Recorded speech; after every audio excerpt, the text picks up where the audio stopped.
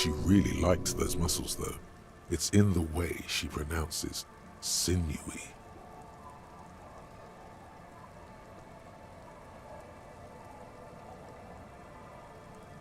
Us working folk don't have the luxury to be bedsick with melancholy. I buried him, mourned for an appropriate amount of time, and went on.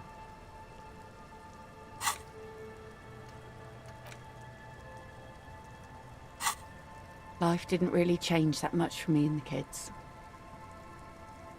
This is neither a touchy nor a very interesting topic for her.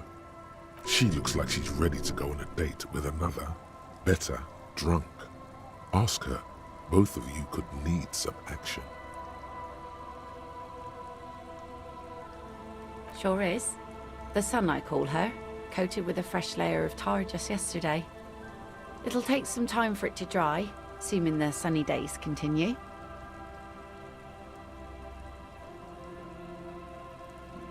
Hi. Sunny days. You got a problem with that? No, ma'am. We have no quarrel with sunny days. Good. It would have been bad news had it turned out it wasn't a sunny day. Bad news for the skiff, bad news for the nets, bad news for the kids. There's a moment's silence. She looks at the rain streaming down the yellow belly of the boat. Shot, huh? The boat will be ready when the sea turns and the winds settle. You can't command the weather, officer. Waves wash the sand. The skiff moves across the mirror-smooth sea, far away from here. A lone passenger, a fast sloop in the distance, white sails. My prediction, it will be at least 2 days.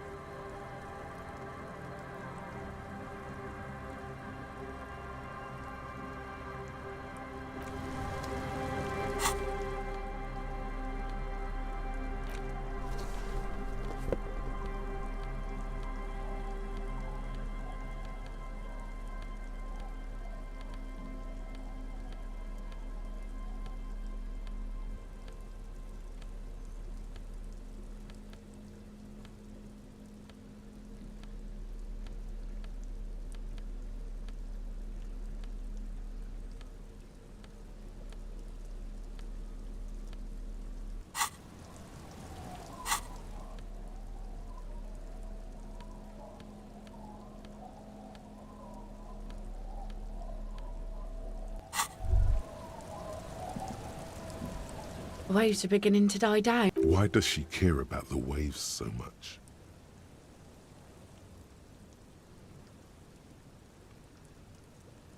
What is it with waves and fishermen? We need to be out there with them, fishing, making a living.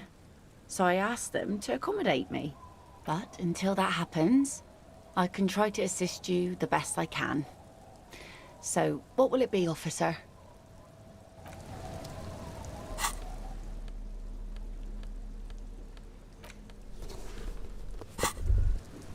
The waves are beginning to die down. Oh. That's good to know, I guess. Why is it in the sea?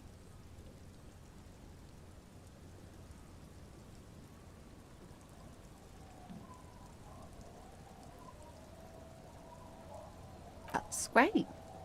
Until then, you should maybe start thinking about the funeral. Sire, she doth not believe it wasn't you.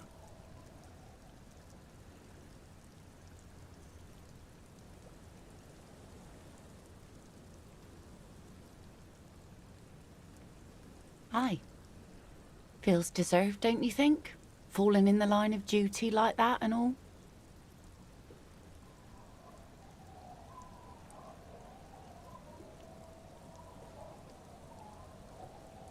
And why so? Our things are part of our life world. They're made with human sweat and they share human history. We should care about them as we care about humans. To some extent, at least. Life world? Someone's been reading up on last century Gottwaldian philosophers. Play it cool now. Oh yeah? You won't even be able to get it out of the water before early June. And where are you going to bury it? Who to invite? What music to play at the wake? Take it from someone who's been through a few funerals. It's easiest to just leave them there and let nature take care of it. That's all we have time for right now anyway. Come back here in June and see how you feel about it then. It's not like it's going anywhere.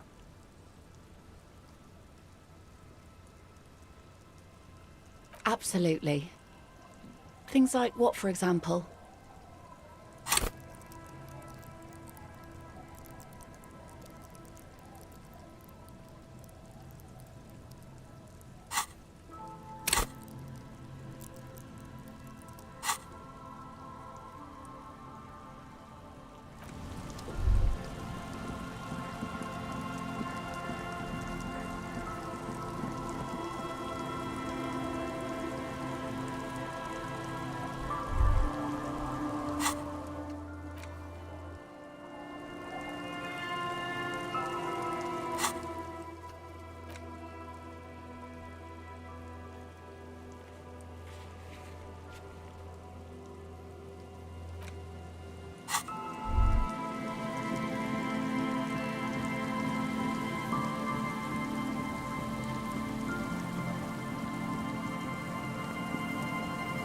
Someone has left an unidentifiable article of clothing on this railing.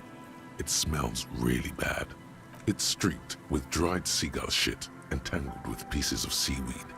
A dangling arm suggests that there might be a jacket beneath the crust of filth. It seems likely that it was left in the surf until someone laid it out on this fence to dry out. Unfortunately, that just seems to have stiffened it into a shapeless mass. Please tell me you're not taking that with you. I'm sure he'll be thrilled to have it returned.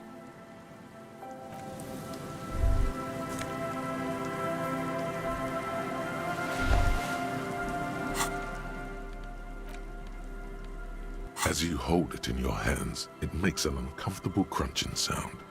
It's a sordid, filthy tale, not for the weak. Are you sure you can stomach it?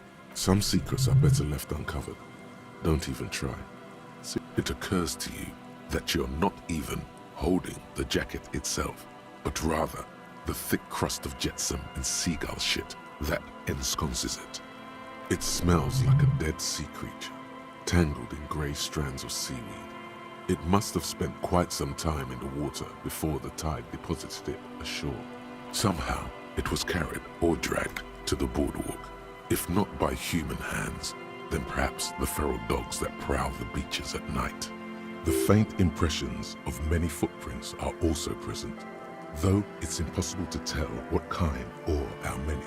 Suffice to say, the jacket spent some time on the ground before someone draped it over the railing. The crust is hard. This jacket spent at least a day baking in the sun. Who knows what happened to it then?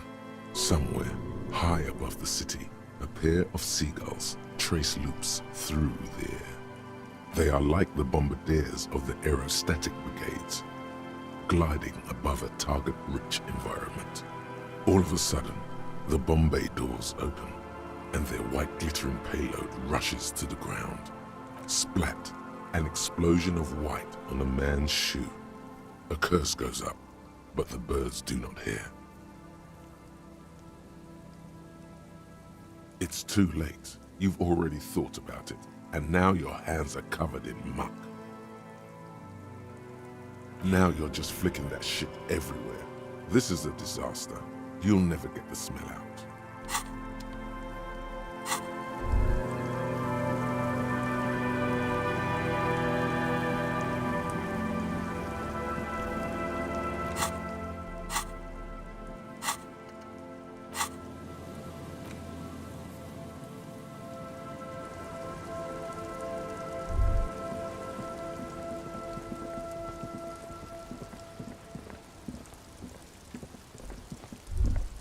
Tequila sunset. Ah, tequila. I knew you'd come through. That's fucking great, man. What's that supposed to mean?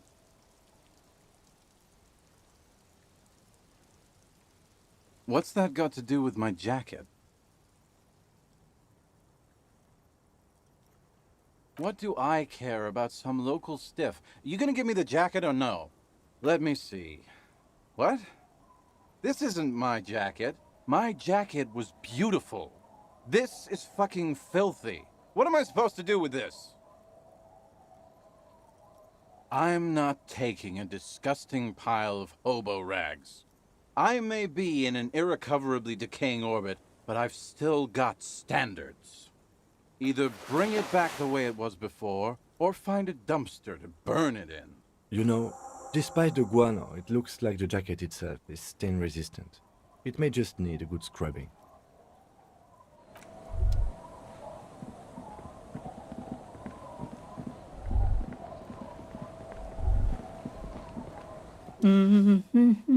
You're not sure about the melody, but it might be South Samaran, possibly Sigayan, also known as the apricot suzerainty. Welcome to the fishing village. Please lean in closer. I have cataracts. Then how does she know you're here? I still have a golden ear. Come, come. Oh, welcome, police officer. We don't cause any trouble around here. And we don't want any trouble either. We are not here to cause any trouble, madame. Oh, of course. Last time we saw you around here was 12 years ago. You also came to take care of trouble then. Wish you did. But still, in Martinez, you're considered an ill omen.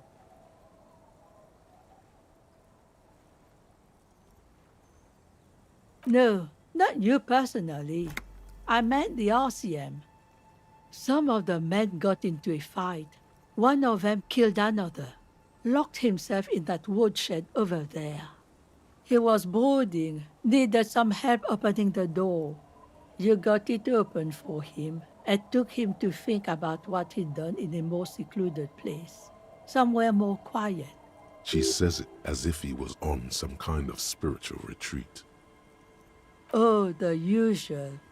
Dark tidings. Black Hound. Maybe they are afraid, because you're an ill omen. But you're still welcome here, as long as men with guns aren't chasing you. And maybe even then, because that's the kind of fishing village we've built. I'm sorry there's not a lot of room to park the motor carriage, and not a lot of houses, or a lot of people. My kids are long gone, searching for treasure. So are others. Ah, look at me ramble on. What brings you to us? I can wash it for you, but it's going to take about a half an hour. Think you can stay put for that long? I could use a breather. It's been another track and field day.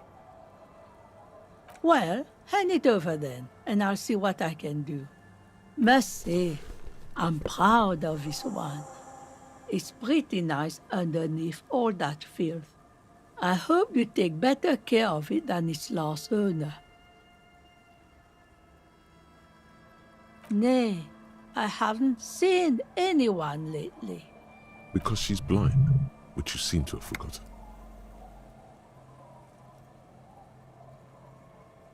It's a sharp one.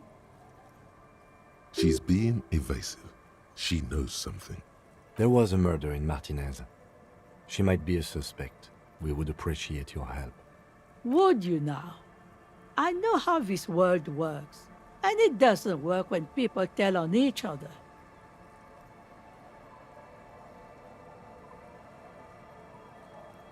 Aye, that you are, Dark Omen. Help yourselves and your organization. Help the storm clouds gather on the horizon. Enough of this. She better start talking right now.